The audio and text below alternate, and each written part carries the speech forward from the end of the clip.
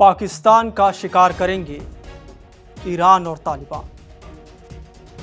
अफगानिस्तान के उस अस्पताल में खून की नदियां बह रही थी।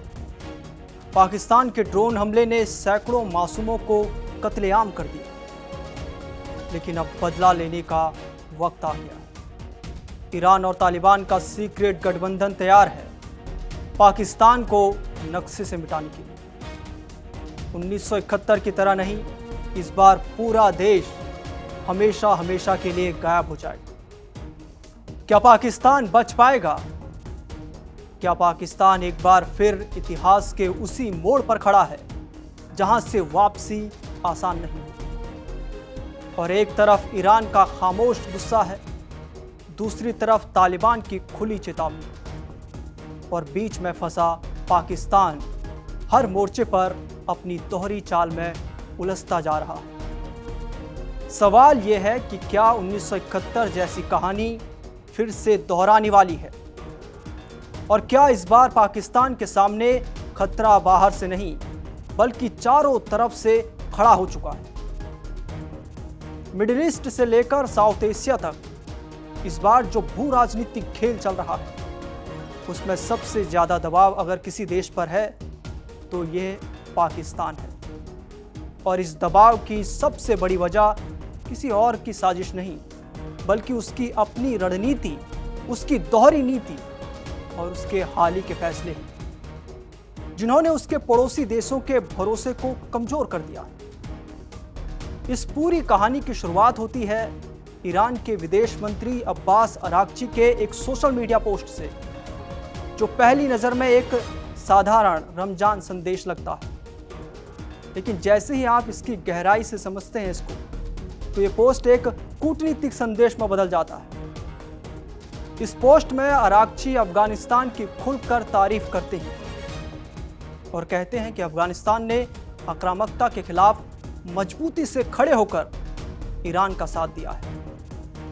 ये बड़ा संदेश में यह छिपा है कि पाकिस्तान का नाम ना लेना, और डिप्लोमेसी की दुनिया में कई बार जो कहा जाता है उससे ज्यादा असर उस बात का होता है जो नहीं कही जाती। यही खामोशी पाकिस्तान के लिए एक संकेत है, एक सॉफ्ट वार्निंग है कि ईरान अब साफ तौर पर अपने साथ खड़े देशों और दोहरा खेल खेलने वालों के बीच फर्क करने लगा है। अब सवाल ये उठता है कि आखिर ईरान को पाकिस्तान पर शक क्यों है?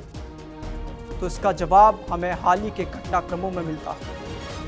एक तरफ पाकिस्तान ने बयानबाजी में अमेरिका और इजराइल के खिलाफ ईरान का समर्थन किया, दूसरी तरफ उसकी रणनीतिक गतिविधियां बिल्कुल उलट दिशा में जाती नजर आईं। पाकिस्तान ने सऊदी अरब के साथ अपने रक्षा संबंधों को और मजबूत किया है। हाल ही में पाकिस्तान के सेना प्रमुख और प्रधानमंत्री का सऊदी दौरा और वहां हुई उच्च स्तरीय बैठकें ये संकेत देती हैं कि पाकिस्तान किसी भी बड़े क्षेत्रीय टकराव की स्थिति में सऊदी अरब के साथ खड़ा हो सकता है। यहीं से ईरान की चिंता और नाराजगी दोनों शुरू होती है, क्योंकि खाड़ी क्षेत्र में ईरान जो रणनीतिक ठिकाने हैं उनको निशाना बना चुका है और सऊदी अरब उसके सबसे बड़े प्रतिद्वंदियों में से एक है। ऐसे में अगर पाकिस्तान सऊदी अरब के साथ खुलकर खड़ा होता है तो ये ईरान के लिए सीधा रणनीतिक खतरा बन जाता है। यही वजह है कि ईरान अब पाकिस्तान की हर चाल को बहुत बारीकी से देख रहा है और उसके इरादों को समझने की कोशिश कर रहा है। लेकिन कहानी यहीं खत्म नहीं होती, क्योंकि इस पूरे समीकरण में एक और बड़ा खिलाड़ी है और वो है अफगानिस्तान, जहां इस समय तालिबान का शासन है। अंतर्राष्ट्रीय स्तर पर भले ही उससे मान्यता ना मिली हो, लेकिन जमीनी हकीकत ये है कि वह अफगानिस्तान की सत्ता पर पूरी तरह काबिज है। और हाल ही के दिनों में पाकिस्तान और अफगानिस्तान के बीच तनाव लगातार बढ़ता जा रहा है। सीमा पर झड़पें हो रही हैं, हवाई हमलों के आरोप लग रहे हैं, दोनों देश एक दूसरे पर आक्रामक रुख अपना रहे हैं। यही वो पॉइंट है जहां ईरान का रुख और ज्यादा स्पष्ट हो जाता है। अरागची का अफगानिस्तान को खुलकर धन्यवाद देना सिर्फ एक औपचारिक बयान नहीं है, बल्कि एक स्पष्ट संदेश है कि ईरान अब उन देशों के साथ खड़ा है जो बिना शर्त उसका समर्थन कर रहे हैं। और उसके उलट जो देश दोहरी नीति अपना रहे हैं उन्हें वह धीरे धीरे अलग कर रहा है। अब अगर आप इस पूरे घटनाक्रम को एक साथ जोड़कर देखते हैं तो तस्वीर काफी स्पष्ट हो जाती है। एक तरफ पाकिस्तान है जो एक साथ कई मोर्चों पर संतुलन बनाने की कोशिश कर रहा है। ये ईरान को भी नजरअंदाज नहीं करना चाहिए और सऊदी अरब के साथ अपने रिश्ते भी वो मजबूत करना चाहता है, क्योंकि यहां से उसे आर्थिक और रणनीतिक समर्थन मिलता है। लेकिन यही संतुलन अब उसके लिए सबसे बड़ी चुनौती बनता जा रहा है। दूसरी तरफ ईरान है जो इस समय अमेरिका और इजराइल के साथ तनाव के बीच अपने लिए अंतर्राष्ट्रीय समर्थन जुटाने की कोशिश कर रहा है। ऐसे में ये साफ कर देना चाहता है कि कौन उसके साथ है, कौन उसके साथ खड़ा है और कौन सिर्फ दिखावे के लिए समर्थन दे रहा है। और तीसरी तरफ अफगानिस्तान है जो तालिबान के नेतृत्व में पाकिस्तान के खिलाफ लगातार आक्रामक रुख अपनाता जा रहा है। अगर इस पूरे परिदृश्य को इतिहास के संदर्भ में देखा जाए तो 1971 की याद अपने आप ताजा हो जाती है, जब पाकिस्तान को कई मोर्चों पर एक साथ दबाव का सामना करना पड़ा था और अंत में उसे भारी नुकसान उठाना पड़ा था। आज की स्थिति भले ही पूरी तरह वैसी ना हो, लेकिन संकेत जरूर मिल रहे हैं कि अगर पाकिस्तान ने अपनी रणनीति में स्पष्टता नहीं लाई तो उसके लिए हालात और मुश्किल हो सकते हैं।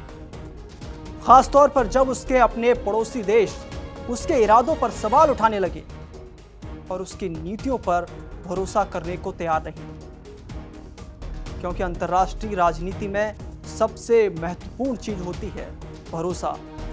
और अगर भरोसा टूट जाए तो कोई भी गठबंधन ज्यादा समय तक टिक नहीं पाता। ईरान का ये खामोश संदेश दरअसल एक बड़ा कूटनीतिक संकेत है कि वह अब शब्दों से ज्यादा काम पर महत्व दे रहा है और जो देश उसके साथ खड़े हैं उन्हें वो खुलकर समर्थन देगा, जबकि जो देश दोहरी नीति अपनाते हैं उन्हें धीरे धीरे अलग अलग किया जाएगा।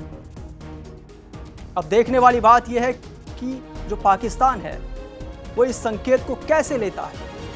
क्या वह अपनी नीति में बदलाव करता है या फिर पहले की तरह संतुलन बनाने की कोशिश करता रहता है। लेकिन इतना ज़रूर तय है कि आने वाले समय में साउथ एशिया और मिडिल ईस्ट की राजनीति में ये समीकरण और ज़्यादा जटिल होने वाला है और इसका सबसे बड़ा असर पाकिस्तान पर ही पड़ सकता है, क्योंकि इस बार मामला सिर्फ बयानबाजी का नहीं है बल्कि भरोसे का है। और जब भरोसा डगमगाने लगता है तो सबसे पहले संतुलन बिगड़ता है और जब संतुलन बिगड़ता है तो इतिहास खुद को दोहराने में देर नहीं लगाता। आपका इस खबर पर क्या मानना है, अपनी राय कमेंट बॉक्स में जरूर दीजिए और देश और दुनिया की तमाम बड़ी अपडेट्स के लिए आप देखते रहिए कड़क। नमस्कार।